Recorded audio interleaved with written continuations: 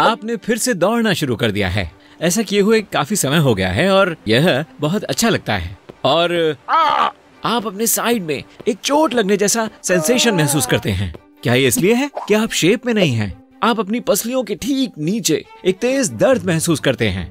इसे side stitch कहते हैं और ये असल में रनर्स के बीच बहुत आम है। एक साइड स्टिच आमतौर पर एक ही तरफ होता है, इसलिए ये नाम है। और कभी कभी आप अपने कंधे की टिप पर भी उसी तरफ दर्द महसूस कर सकते हैं। इसके कारण आपको किसी एक्टिविटी को जारी रखने में बहुत मुश्किल होती है, यहाँ तक कि सांस लेना भी कठिन हो जाता है। कोई नहीं जानता कि ऐसा क्यों होता है। कुछ लोग सोचते हैं कि ये बुरा सेंसेशन डायाफ्राम में ब्लड फ्लो की कमी के कारण होता है। डायाफ्राम आपके लंग्स के नीचे मसल जैसा एक टिश्यू होता है, यह आपको सांस लेने में मदद करता है। एक रिदम के साथ सिकुड़ते हुए यह आपके लंग्स को फैलने में मदद करता है। कुछ खाने की चीजें भी साइड स्टिच का कारण हो सकती हैं। जब आपके पेट को कुछ खास लिक्विड्स और खाने को पचाने के लिए ज्यादा ब्लड की जरूरत होती है, तो आपका शरीर डायफ्राम से ज्यादा ब्लड खींचता है। दूसरी थियरी का दावा है कि आपको साइड स्टिचेस हो सकते हैं क्योंकि आपके पेट के अंदर अलग अलग बोन्स, मसल्स और ऑर्गन्स को थामे और जोड़े रखने वाले लिगामेंट्स और मेम्ब्रेन इरिटेट हो जाते हैं। जब आप दौड़ रहे होते हैं तो इसके इम्पैक्ट से आपके पेट के सभी ऑर्गन्स नीचे की ओर खींचते हैं। ऐसे में वे ऊपरी पेट के लिगामेंट्स को खींचते हैं, जिससे इरिटेशन होता है। इससे ये भी पता चलता है कि क्यों दौड़ने से ठीक पहले खाना खाने से साइड स्टिच हो सकता है। तो हमने यहाँ क्या सीखा? कोशिश करें कि दौड़ने से ठीक पहले न खाएं और अपनी ट्रेनिंग से पहले और उसके दौरान कॉन्सेंट्रेटेड शुगरी ड्रिंक्स से बचें। यदि आपको साइड स्टिच है तो अपने पेट की मसल्स को स्ट्रेच करने की कोशिश करें, फिर एक गहरी सांस लें और इन मसल्स को फिर से सिकोड़ने के लिए आगे की ओर झुकें। इस तरह आप अपने रनिंग प्लान के साथ आगे बढ़ सकते हैं। अब दूसरी एनाटॉमिकल एनोमलीज की बात करें तो ज्यादातर लोगों के लिए अपनी कोहनी चाटना नामुमकिन है। हाँ, मैंने भी कोशिश की है। इससे कोई फर्क नहीं पड़ता कि आप किस एंगल को चुनते हैं, आपकी जीभ वहां तक पहुंचने के लिए बहुत छोटी है। कुछ लोग बेहद फ्लेक्सिबल होते हैं, इसलिए वे इस तरह के काम कर सकते हैं, लेकिन हम में से ज्यादातर नहीं। आप एक ही समय में अपनी नाक को बंद करते हुए गुनगुना नहीं सकते। ऐसा इसलिए है क्योंकि जब आप गुनगुना रहे होते हैं तो आप असल में सांस छोड़ रहे होते हैं, और जब आपका मुंह और नाक दोनों बंद हो जाते हैं तो हवा को बाहर जाने की जगह नहीं मिलती। तो हाँ, आप 1-2 सेकंड के लिए गुनगुनाएंगे, लेकिन फिर आपको सांस लेने के लिए अपना मुंह खोलना पड़ेगा। आप सड़क पर चल रहे हैं एक ऐसे इलाके में जिसे आप नहीं जानते। आप एक रैंडम कैफे में जाते हैं जो अच्छा दिखता है और अरे, आप यहाँ पहले भी आ चुके हैं, या कम से कम उस समय आप यही महसूस करते हैं। डेजा वू यह शुरू होते ही खत्म हो जाता है। फ्रेंच में डेजा वू का मतलब है पहले से देखा हुआ। लगभग 80% लोग कहते हैं कि उन्होंने कम से कम एक बार ऐसा महसूस किया है। ऐसा क्यों हो सकता है, इस बारे में वैज्ञानिकों के अलग अलग आइडियाज हैं, लेकिन उनमें से ज्यादातर इस बात को मानते हैं कि ये फिनोमिनन हमारी मेमोरी से जुड़ा है।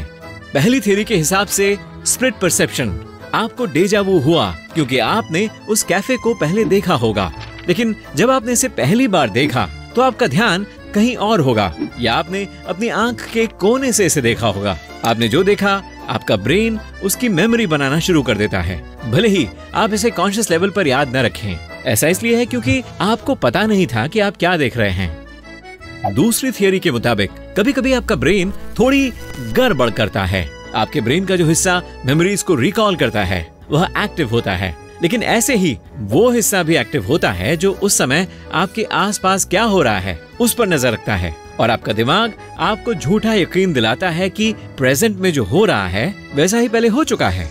थियोरी नंबर 3, आप कैफे को देखते हैं, लेकिन इसकी इंफॉर्मेशन आपके ब्रेन में 2 अलग अलग रूट से ट्रांसफर होती है।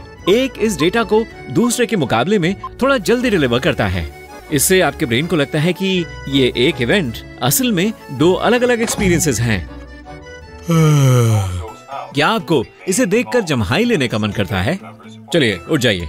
दरअसल कुछ एक्सपर्ट्स का कहना है कि हम अपनी जॉ मसल्स को स्ट्रेच करने के लिए जम्हाई लेते हैं, जिससे हमारे चेहरे, गर्दन और सिर में ब्लड फ्लो बढ़ जाता है। दूसरों का दावा है कि यह हमारे लंग्स के लिए खुद को स्ट्रेच और ल्यूब्रिकेट करने का मौका है। ऐसे लोग भी हैं जो मानते हैं कि जम्हाई एक तरह का एयर कंडीशनिंग सिस्टम है जो ब्रेन के सरफेस पर मौजूद ब्लड को ठंडा करता है। जम्हाई इंसानों और चिंपैंजीज में कंटेजियस है, मतलब एक से दूसरे में फैलने वाली है। कुछ साइंटिस्ट सोचते हैं कि जम्हाई लेना एक सोशल कम्युनिकेशन टूल हो सकता है। यह आपके लिए एम्पैथी या सहानुभूति दिखाने का, या जम्हाई लेने वाले आपके दोस्त की इमोशनल स्टेट से मैच करने का एक तरीका है। इसलिए अजनबियों के मुकाबले जब आप उन लोगों के साथ होते हैं जो आपके करीबी हैं, तो जम्हाई ज्यादा कंटेजियस होती है। जब आप बहुत लोगों के साथ हों तो न केवल जम्हाई लेना बल्कि छींकना, रोना और हंसना भी सोशल बॉन्ड बना सकता है। जब आप दो लोगों को हंसते हुए देखते हैं तो आप शायद मुस्कुराएंगे, भले ही आप नहीं जानते कि वे किस बात पे हंस रहे हैं। जब आप किसी को हंसते हुए सुनते हैं तो यह आपके ब्रेन के उन हिस्सों को स्टिमुलेट करता है जो फेशियल मूवमेंट से जुड़े होते हैं। यह आपके ब्रेन को दूसरे लोगों के इमोशंस के साथ तालमेल बिठाने के लिए भी बढ़ावा देता है। इसलिए किसी के रोने पर भी आपके शरीर का रिएक्शन देना मुमकिन है। कई जानवरों को जब अपनी आंखों से धूल या गंदगी जैसे इरिटेंट्स को हटाने के लिए अपनी आंखों को फ्लश करने की जरूरत होती है, तब वे आंसू निकालते हैं। इंसान ही ऐसे इकलौते प्राणी हैं जो अपनी इमोशनल स्टेट के कारण रोते हैं। हमारे इमोशनल आंसुओं का कॉम्पोजिशन उन आंसुओं से अलग होता है जिनकी जरूरत हमें आंखों को फ्लश करने के लिए होती है। उनमें ज्यादा प्रोटीन होता है, जिसका मतलब है कि वे ज्यादा धीमे गिर रहे हैं। वे हमारे पूर्वजों को दुख या मुश्किल का संकेत देने में मदद करते थे।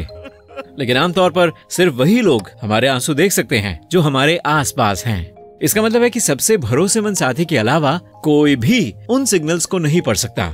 कुछ जानवर जैसे मैंटिस, सी लायंस, सील्स और सी ऑटर्स कभी कभी समुद्री पानी पीते हैं, लेकिन उनके शरीर एक्स्ट्रा नमक को बाहर निकाल देते हैं और वे इसे आसानी से संभाल सकते हैं। बहुत से जानवर जो खारे पानी में या उसके आसपास रहते हैं, जैसे शार्क, कुछ पक्षी, सांप या यहाँ तक कि मछलियाँ, उनकी बॉडीज में एक खास मैकेनिज्म होता है जो उन्हें एक्स्ट्रा सोडियम से छुटकारा पाने में मदद करता है। लोग समुद्र का पानी नहीं पी सकते, यह हमारे लिए जहरीला है क्योंकि हमारा शरीर इतना नमक बाहर नहीं निकाल सकता। ज्यादा नमक से छुटकारा पाने का काम आमतौर पर किडनीज करती हैं, लेकिन ठीक से काम करने के लिए उन्हें फ्रेश वाटर की जरूरत होती है और इसे समुद्री पानी से सही मात्रा में पाना नामुमकिन है। आपके शरीर का मसल स्ट्रक्चर ज्यादातर प्राइमेट्स के शरीर जैसा ही है, उदाहरण के लिए चिंपैंजी, लेकिन ये जानवर हमसे कहीं ज्यादा ताकतवर हैं। इंसान बहुत शक्तिशाली मसल फाइबर्स डेवलप करने में कामयाब नहीं हुए हैं, जो हमें काफी कमजोर बनाता है। अच्छी बात यह है कि इसने हमें खाना ढूंढने और शिकार में काम आने वाली कुछ एबिलिटीज दी हैं। हम मैराथन दौड़ सकते हैं, ऐसा बंदर नहीं कर सकते।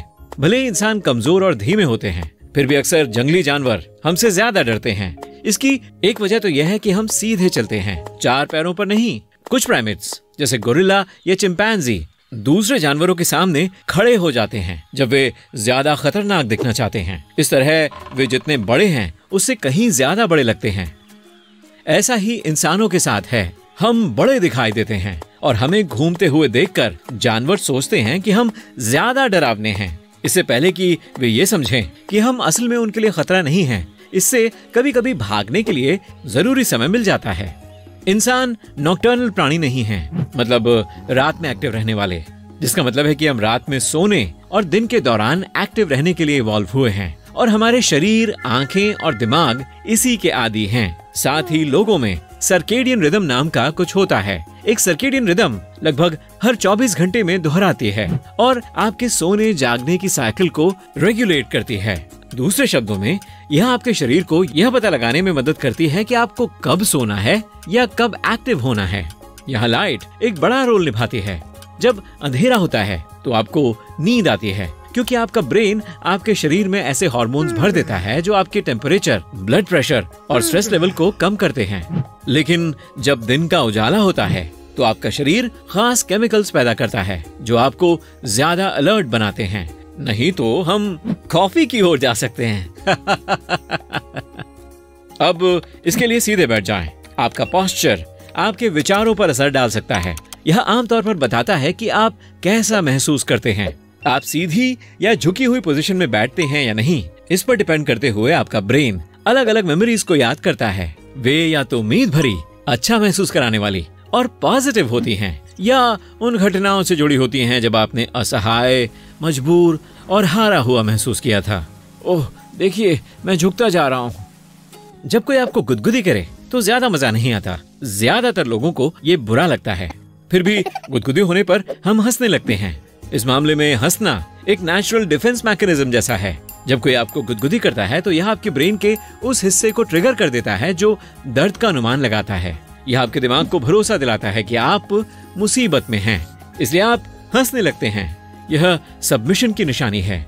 बहुत से लोग अंधेरे से डरते हैं और इसके लिए एक एवोल्यूशनरी रीजन है। आपके बिस्तर के नीचे मॉन्स्टर्स होना एक फिल्मी कहानी जैसा लग सकता है, लेकिन हमारे पूर्वजों के लिए ये असलियत थी।